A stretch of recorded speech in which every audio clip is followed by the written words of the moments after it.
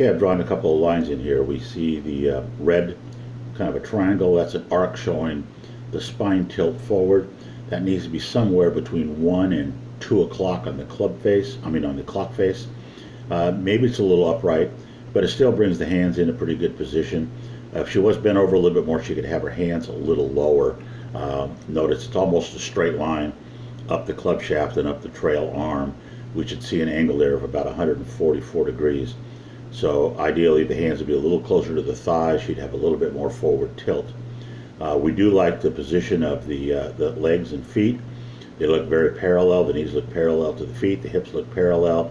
And we like the fact that you can see the front arm above the trail arm. So the front arm's in a nice position. The trail arm's very relaxed. We're going to go ahead and play the swing here in 8th speed. Good steady position there. Oh, there she gets a little too high. Notice how the club is getting way above her head. And that puts her out of position. What I mean above her head is, we'll go back here to the top. Ideally, what we like to see is the trail arm be, the elbow of the trail arm be an extension of the swing plane line, about there. And as she goes back,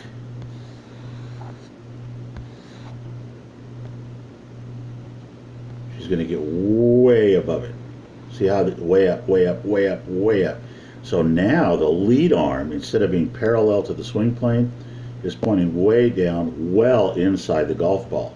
So I'm going to leave that line there, and we're going to go back to the setup position. So there's the swing plane. The shoulders need to turn on a plane parallel to that. The trail elbow needs to be on that bottom blue line. Now let's go to the top again and watch how upright she's going to get. She's in a pretty good spot right about there. She's made a pretty good turn. If she just hinged her wrist now, she'd be in ace's position. A little better still. Then she just keeps on going up and up and up and up and up. Boy, talk about maximum flexibility. We've got the club shaft pointing way out to the right here, way out over there somewhere, and that's not going to work. That's going to throw us all out of whack. So let's see what happens as she starts down.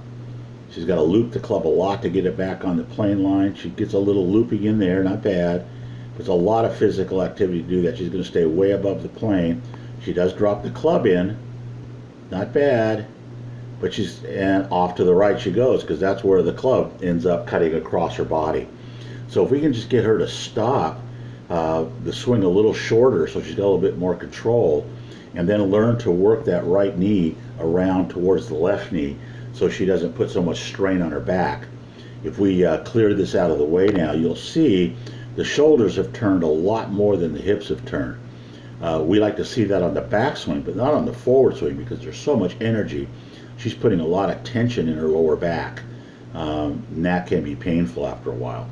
So a couple of things: we're going to try to shorten that backswing a little bit so it's more on plane, and then allow the lower body to turn in front of the upper body on the downswing and forward swing.